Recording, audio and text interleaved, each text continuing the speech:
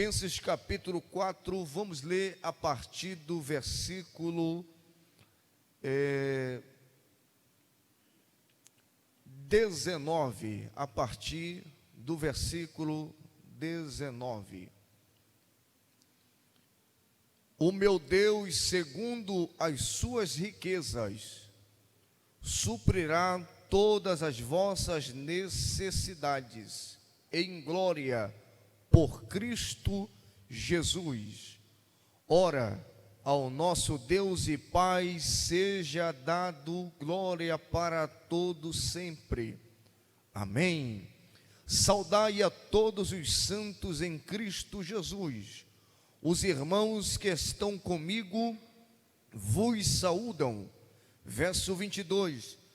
Todos os santos vos saúdam, mas principalmente os que são da casa de César.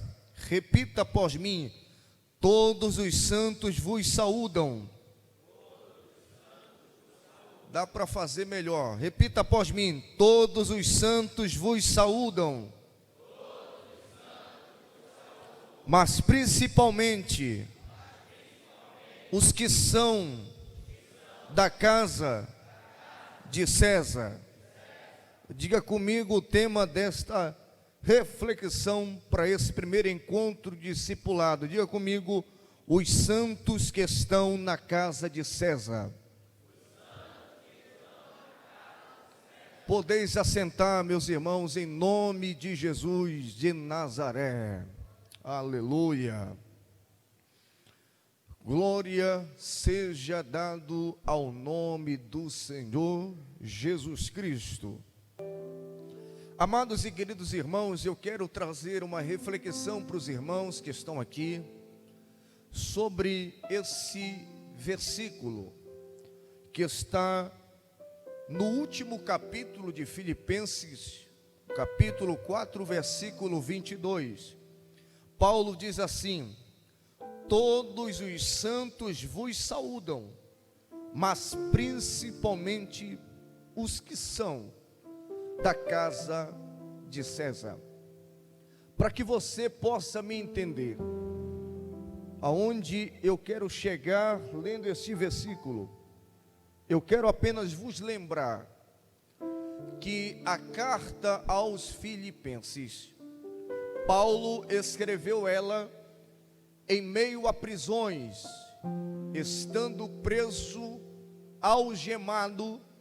Paulo escreve a carta aos Filipenses. A carta aos Filipenses, por muitos teólogos, ela é chamada de carta da alegria. Quando chamam-se a carta de Filipenses, a carta da alegria, é um paradoxo dizer que esta carta deve ser a carta da alegria, porque Paulo está escrevendo aos Filipenses em meio a açoites, cadeias, prisões, algemas.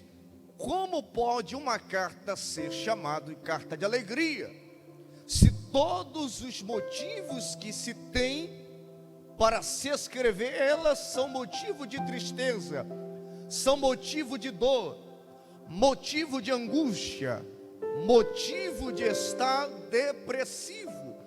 Só que a carta aos Filipenses é uma das cartas, ou a carta mais expressiva, que contém a palavra contentamento e a palavra alegria. Em Filipenses 4:4, Paulo vai dizer: alegrai-vos no Senhor. Outra vez digo, alegrai-vos. Agora, Paulo, por que tanta alegria em meio a açoites? Se eu perguntasse para Paulo, Paulo, me diga o motivo da tua alegria em meio às perseguições, Paulo ia dizer: Marcelo, o motivo da minha alegria em meio a cadeias, em meio a açoites, em meio a prisões, em meio a tanta desgraça e calamidade que a mim sobreveio, estando preso em Roma, Paulo ia dizer: Marcelo, a razão da minha alegria é saber que o meu nome está escrito no livro da vida. Foi isto que Jesus declarou aos discípulos, quando Jesus envia os discípulos, os 70. Você lembra disso, amados? Quando os 70 retornam, eufóricos, alegres, porque tudo estava acontecendo, os demônios estavam se sujeitando, os doentes estavam sendo curados, o nome de Jesus estava fazendo coisas extraordinárias. Daqui a pouco Jesus vai chamar a atenção do discípulo, dizendo: eu vi Satanás como raio caindo do céu. O que que Jesus está dizendo, pastor? Jesus está dizendo que a mesma motivação, ou a mesma coisa que fez Lúcifer cair do trono, sair, se ter transformado de anjo de luz para diabo, foi a soberba, a presunção. Aí Jesus vai dizer: não se alegre, porque os demônios estão se sujeitando, porque os doentes estão ficando curados. Antes, alegrai-vos o vosso coração, porque vocês têm o vosso nome escrito no livro da vida. Se Paulo estivesse aqui, Paulo ia dizer que uma das razões da sua felicidade é saber que ele tem a certeza da vida eterna. Crente que tem certeza da vida eterna, ele não se assusta com medos da escatologia. Crente que tem a vida eterna, pastor Josué, ele não fica com medo dos rumores de guerra que estão acontecendo hoje, que os irmãos são sabedores da Rússia atacando a Ucrânia. Crente que tem certeza da vida eterna, ele não fica batendo joelho com joelho quando ele ouve falar de uma mensagem sobre juízo final, arrebatamento da alegria da igreja. Crente que tem a vida eterna, quando ele ouve uma mensagem escatológica, ele não sente medo e nem pavor, ao contrário, ele se regozija, ele sente paz da sua alma, ele sente alegria do salvo que vai morar na cidade santa. Tem algum salvo aqui, irmão? Eu sou salvo na pessoa de Cristo. Aleluia. Oh glória. Oh glória. Oh glória. Oh glória. Se Paulo estivesse aqui, Paulo ia dizer: Marcelo, a última razão porque eu sou alegre, os açoites não foram motivo de tristeza, a prisão não foi motivo de tristeza. Paulo ia dizer: Marcelo, eu sou muito feliz, porque eu tenho o Espírito Santo. E Jesus disse que Ele habita em vós, Ele habita aqui dentro, Ele habita aqui dentro, e Ele estará em vós para sempre. E o Espírito Santo testifica as grandezas, oh glória, as grandezas do Pai. Ele não só testifica, mas Ele interpreta com gemidos inexprimíveis. A título de informação, o Espírito Santo é o Paracleto de Deus, Ele é a terceira pessoa da Trindade. O Espírito Santo não é uma força qualquer, Ele não é um vento qualquer. O Espírito Santo é uma pessoa que fala, que ouve, que se entristece, que chega junto, que anda, que ouve, que obedece. O Espírito Santo, eu tenho uma boa notícia, Ele ainda está no meio, do centro da sua igreja. Ele é um amigo fiel e verdadeiro, e eu sinto a presença dele aqui.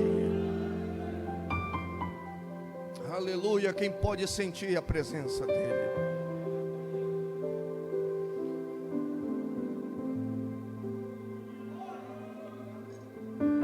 Aleluia. Quando eu olho para a carta aos Filipenses, eu entendo que os planos humanos podem ser frustrados, mas os planos de Deus jamais se frustrarão. Paulo planejava chegar em Roma para ministrar a igreja de Roma, sendo livre. E depois de ministrar em Roma, o desejo de Paulo era prosseguir para a Espanha. Mas Paulo chega a Roma em meio a prisões, em meio a açoites. E pelo menos a prisão de Paulo resulta em 3 grandes benefícios. A saber, o primeiro, em meio à prisão de Paulo, a igreja era encorajada ainda mais a pregar o evangelho. A segundo benefício que a prisão e as cadeias de Paulo trouxeram era que Paulo, através dos açoites e prisões, ele conseguiu levar que o evangelho entrasse em lugares que ninguém jamais sonhou que o evangelho poderia entrar. O terceiro grande benefício que a prisão de Paulo trouxe é que Paulo preso, ele conseguiu parar. E da prisão ele escreveu cartas dignas e louváveis diante do seio da igreja e diante de Deus. Da prisão de Roma, Paulo escreveu a carta de Éfeso. Da prisão de Roma, Paulo escreveu aos Filipenses. Da prisão de Roma, Paulo escreveu ainda a carta de Filemon. Tudo Paulo escreveu estando preso. Ele estava preso, mas o corpo preso, mas a mente estava liberta. As mãos estavam livres e o coração ainda estava compungido pela obra missionária de Cristo Senhor Jesus. Quando eu leio isso, amados, olhe para cá. Quando eu leio o que Paulo vai encerrar esta carta dizendo: todos os santos vos saúdam. Sempre Paulo terminou trazendo uma saudação endereçada aos santos da igreja. Mas aqui em Filipenses, presbítero Paulo Nogueira, pasme todos que estão aqui, me ouça por favor. Paulo vai dizer: mas principalmente os da casa de César. Meu Deus, quando eu li isso aqui pela primeira vez, eu fiquei batendo cabeça para entender o que era isto. Mas principalmente os da casa de César. Quem é os da casa de César? A não ser o imperador Nero. Paulo estava mandando saudações para os crentes, os santos, os remidos de Deus dentro da casa de Nero. Oh glória! Oh aleluia! Aleluia! Quando eu leio isto, a minha alma se regozija, porque a prisão de Paulo não freou o evangelho. O açoite que Paulo sofreu não prendeu e não limitou o evangelho.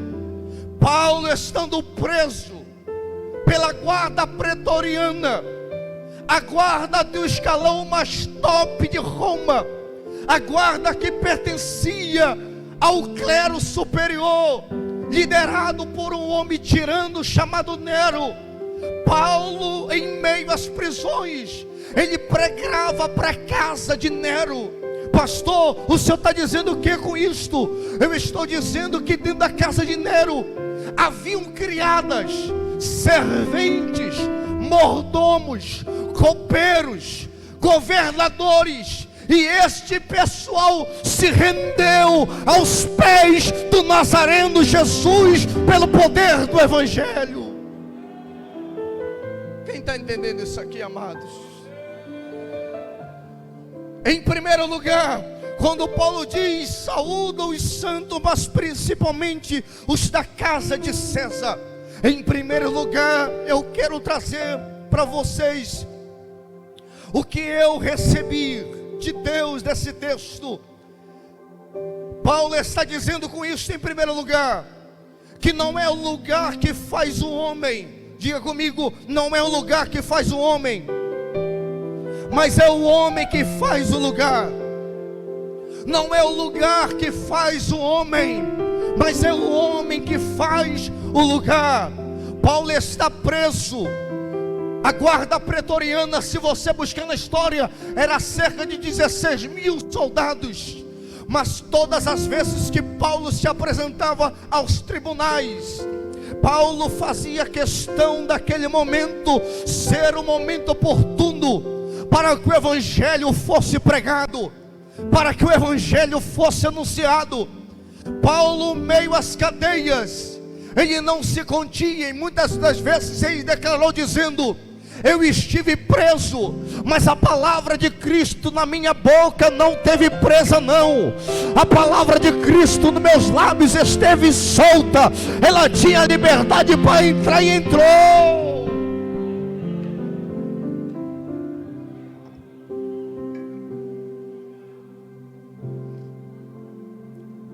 Aleluia.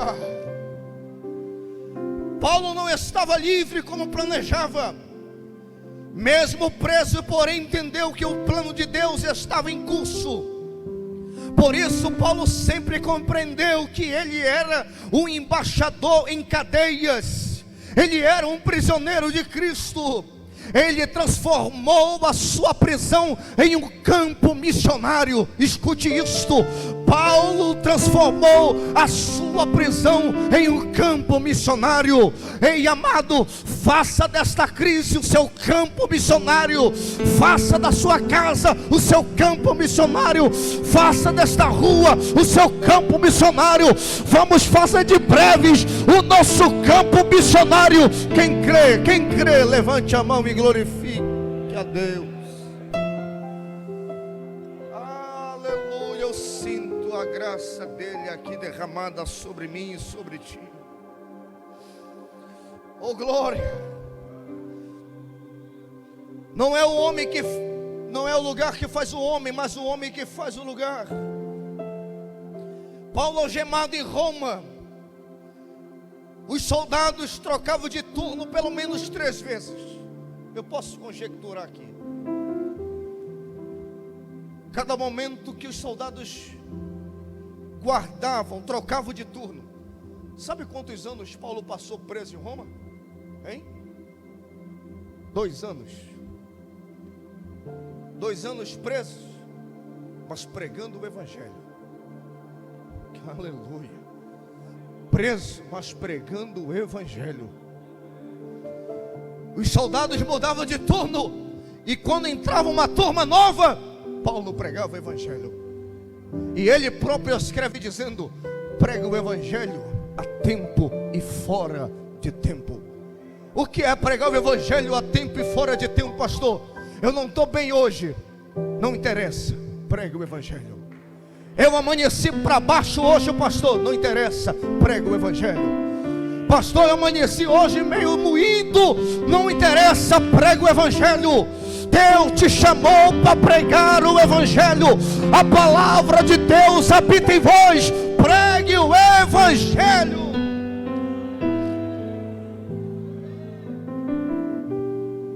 Aleluia. Ele manda a saudação dizendo: saúda principalmente os da casa de César. Paulo mudou. Escute isso aqui, escute isso aqui. Paulo mudou o ambiente onde ele estava. Paulo conseguiu entrar na casa de Nero. O evangelho é poderoso, amados. Quem não é poderoso é o homem. Eu sou fraco, eu sou falho e eu sou pó. Mas o evangelho é poderoso para fazer. O evangelho é poder de Deus. Oh, rabacheias.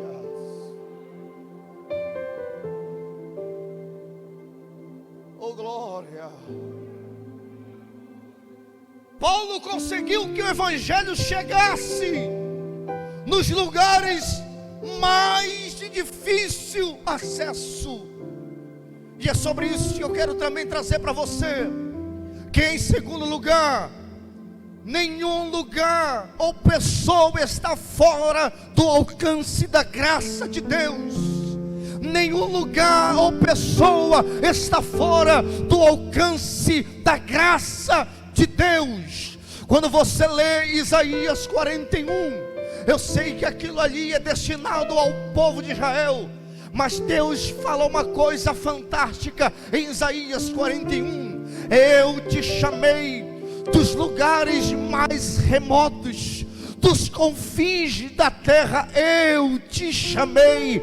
Quem chama é o Senhor, quem traz é o Senhor, e o Espírito Santo tem a liberdade de entrar nos lugares que você não imagina. Quem falou esta verdade foi Jesus. Em João 3, versículo 8: o vento sopra onde quer, se ouve a sua voz, mas tu não sabe de onde ele vem e nem para onde vai. O vento sopra aonde você não imagina. Ele sopra na casa do analfabeto, mas ele entra na casa do mais rico. Oh glória, oh glória. A casa de César era o coração da corrupção de Roma. A casa de César, o palácio de César, era o reduto das intrigas e das paixões infames. Nero era um homem devasso e violento. Ele era tão cruel que a história registra que ele assassinou a sua própria mãe. Nero, a fim de acabar com os cristãos, ele incendiou a própria cidade de Roma. Foi por isso que esse é um dos motivos que Paulo foi decapitado a mando de Nero, porque Nero coloca esse crime na costa dos cristãos, trazendo ao povo de Roma a ideologia de que Paulo tinha sido o pivô dessa grande barbaridade. Mas o que Nero não sabia é que o evangelho conseguiu entrar dentro da casa dele. Aleluia. Tem um historiador que diz que uma das esposas de Nero creu e se rendeu ao poderoso evangelho que Paulo pregava. Eu poderia trazer qualquer outra mensagem, mas esta é a palavra. E eu quero que você levante sua mão, porque o que eu vou liberar aqui é dentro do que eu estou pregando. Deus usará a minha e a tua vida para entrar em lugares que você e eu jamais imaginamos entrar. E nós vamos levar o Evangelho, o Evangelho, o Evangelho, o Evangelho. Oh, aleluia, aleluia, aleluia, aleluia, aleluia, aleluia, aleluia, aleluia, aleluia, aleluia, aleluia. Não existe força, não existe nada que possa parar o avanço da igreja que prega o Evangelho. Se renda ao Evangelho, prega o Evangelho, creia no poder do Evangelho.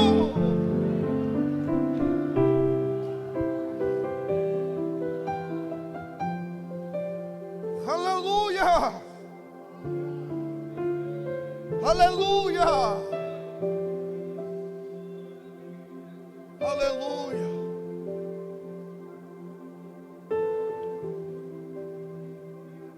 Aleluia. Alabando calabacheia.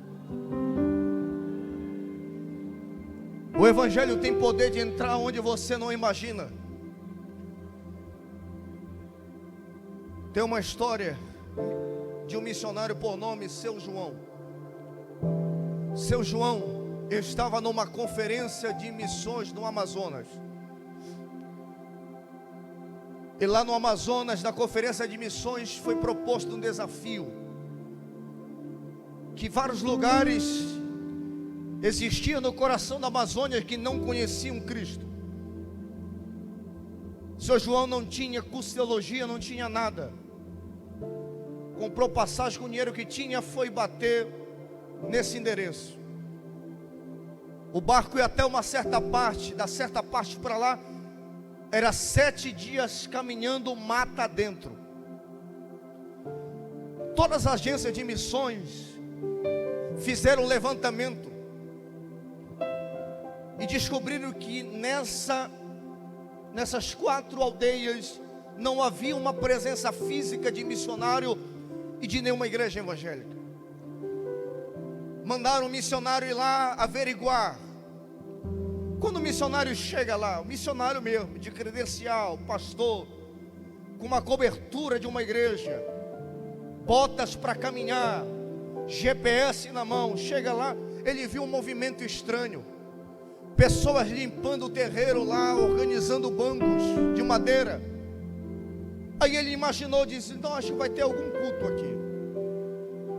E aí ele viu que o pessoal não dava a mínima atenção para ele.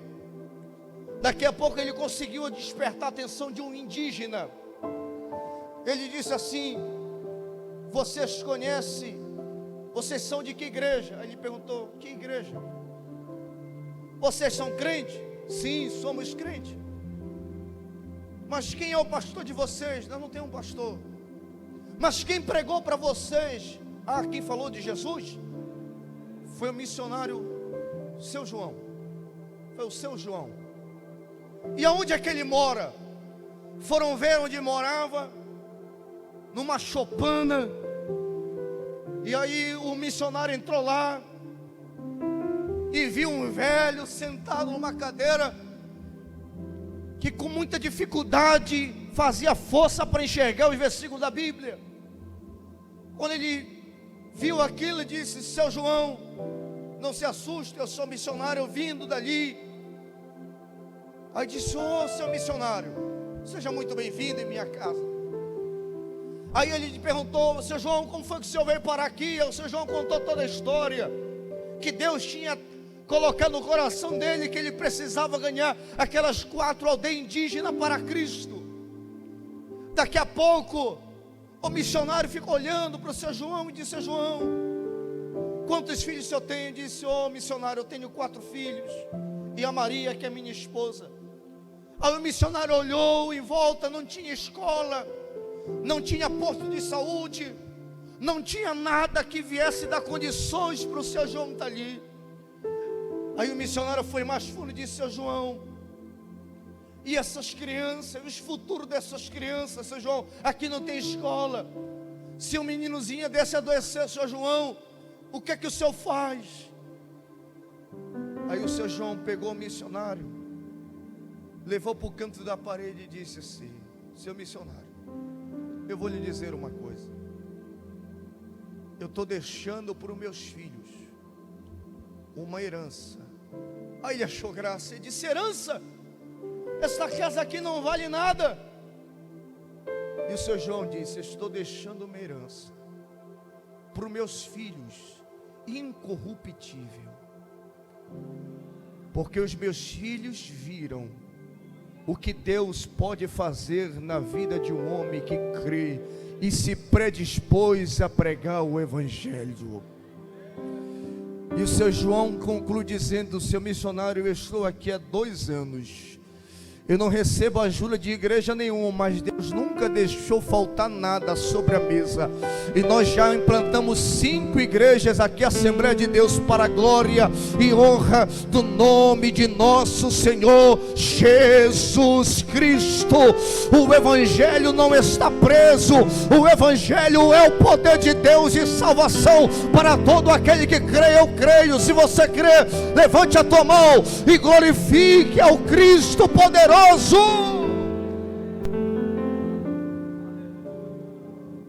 Aleluia. Oh glória. Fique de pé. O horário já foi. Mas em terceiro lugar, quando Paulo diz: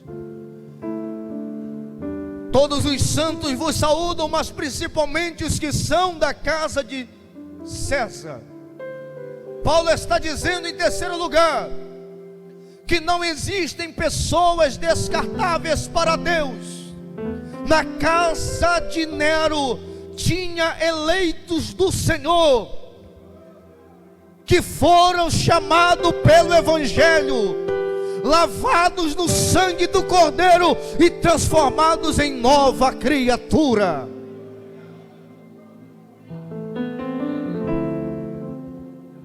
Saúdo todos os crentes, todos os santos, mas principalmente os da casa de César. Eu quero concluir isso aqui,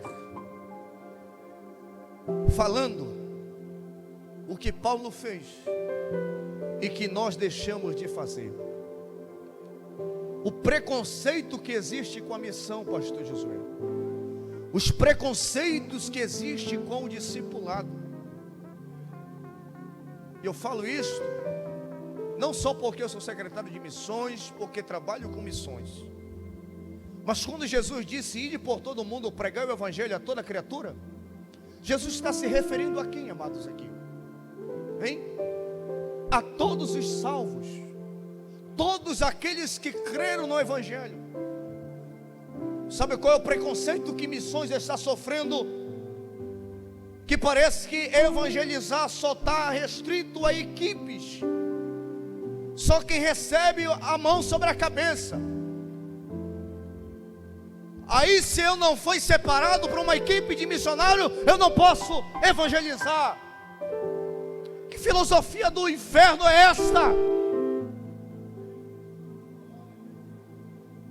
O ID é responsabilidade de todos.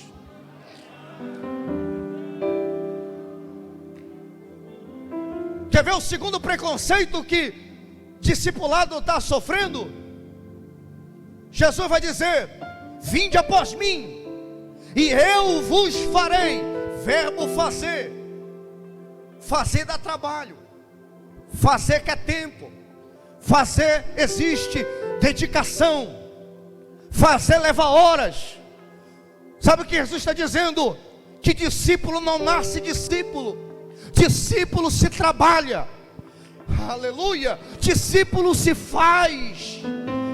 É horas investindo caro.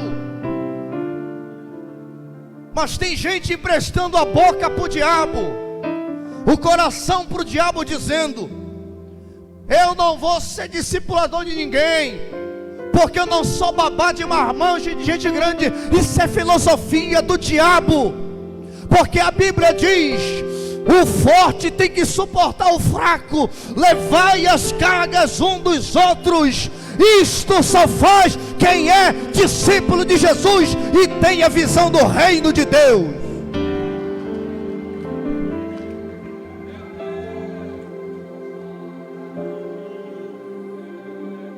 Fazer discípulo dá trabalho, irmão, mas é glorioso.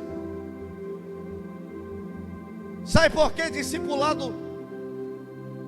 Ninguém dá valor para discipulado. Quer que eu diga por quê? Por causa de ciúme. Ciúme diabólico. Com medo de que alguém cresça e tome o seu lugar, ou a sua posição. Isto é filosofia do diabo. Porque Jesus disse: ide por todo mundo pregai, mas ele disse: ide, portanto, fazei discípulo de todas as nações, batizando em nome do Pai, do Filho e do Espírito Santo.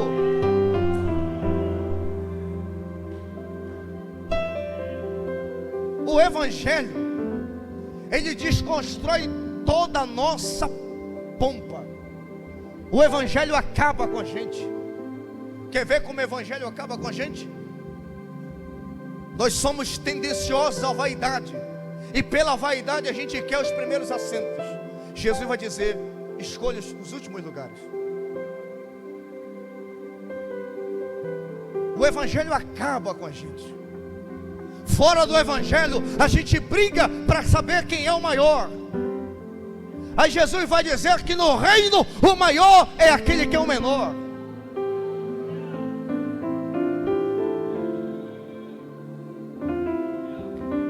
Urabanda calabaxe e ando calabandaraias.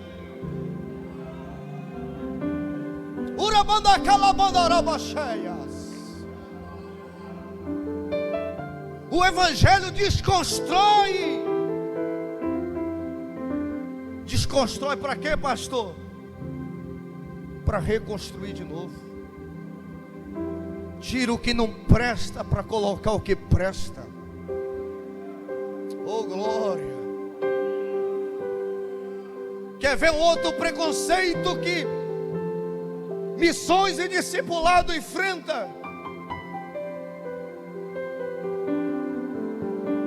Olhe para mim que eu já estou encerrando aqui. Na cabeça de muita gente, ele acha que missões e discipulado é coisa desnecessária, que tudo pode ser prioridade. Mas missões e discipulado, o que eu estou falando aqui é porque eu já vi. Eu sou secretário de missões em Oeiras, fui em Boa Vista. Em culto de missões, eu chegava em pleno culto de missões, o dirigente estava fazendo culto da família, porque ele me viu entrar no cima do ponteiro, ele mudou. As piores ofertas são de missões. Culto de missões se faz de qualquer jeito. E missões e discipulado é a prioridade da igreja. E quando eu leio isso, saúdo-os principalmente os da casa de César. Paulo está dizendo, o evangelho é para todos. Quantos novos convertidos estão aqui? Levanta a mão. Novos convertidos, olha aí. Olha aí, o evangelho é para todos, o evangelho é para todos. O evangelho é o poder de Deus e salvação para todo aquele que crê. Levante a tua mão, feche os teus olhos.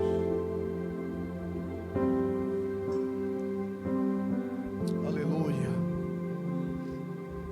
aleluia, aleluia. Aleluia, oh, aleluia. Fale com o Espírito Santo agora. Fale com o Espírito Santo agora. Fale com o Espírito Santo agora. Ele visita você, ele trabalha em teu favor. Oh, aleluia, oh, aleluia. O evangelho é para o mais pobre, mas o evangelho é para o mais rico. O evangelho é para o preto, é para o branco, é para o pardo. O evangelho é livre. O evangelho tem poder para entrar aonde você não imagina.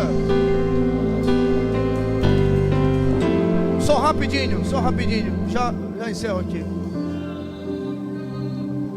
Pastor Josué, Paulo diz o seguinte: saúda os santos que estão em Filipenses, em Roma, mas principalmente os da casa de César. Sabe o que Paulo está dizendo? Que o evangelho tira as barreiras. Os que estão lá também são igreja. Os que estão lá também são santos. Os que estão lá também são remidos. Esses dias, um irmão me reconheceu na rua e disse assim: o senhor é crente? Sou crente. Ele abriu um sorriso: oh, meu irmão, a paz do Senhor. Aí eu vi na minha cabeça o seguinte: o evangelho a gente mal se conhece, mas já é irmão. A gente nem sabe quem é a pessoa, mas já é irmão. Já é irmão, já pertence a uma família, a família de Deus. Porque na cruz Jesus quebrou todo o sofisma, todo o preconceito. Jesus tirou todas as barreiras raciais, as barreiras das classes. Jesus desfez na cruz do Calvário. E diante de Cristo todos são servos. Feche teus olhos, meu Deus e meu Pai que está no céu. Eu preguei a tua palavra, o evangelho que confronta, que liberta. em nome de Jesus, teu filho. Aonde tiver uma pessoa que crê, que acredita no poder do Evangelho, faz dessa pessoa, deste homem, uma testemunha tua. Usa ele na sua congregação, usa ele no departamento, usa ele nas ruas dessa cidade. Os grupos de discipulado sejam fortalecidos no Senhor e na força do seu poder. Eu profetizo debaixo do sangue de Jesus que Deus vai prosperar o rebanho do discipulado, vai crescer sobremaneira, porque é de Deus, é de Deus, é de Deus, é de Deus, é de Deus, é de Deus, é de Deus, é de Deus. Em nome de Jesus, em nome de Jesus. Se você estiver enfermo aqui, Jesus cura, Ele cura, Ele cura, Ele cura. Toda enfermidade saia. Não resista ao poder do nome de Jesus. Aleluia. Glória a Deus.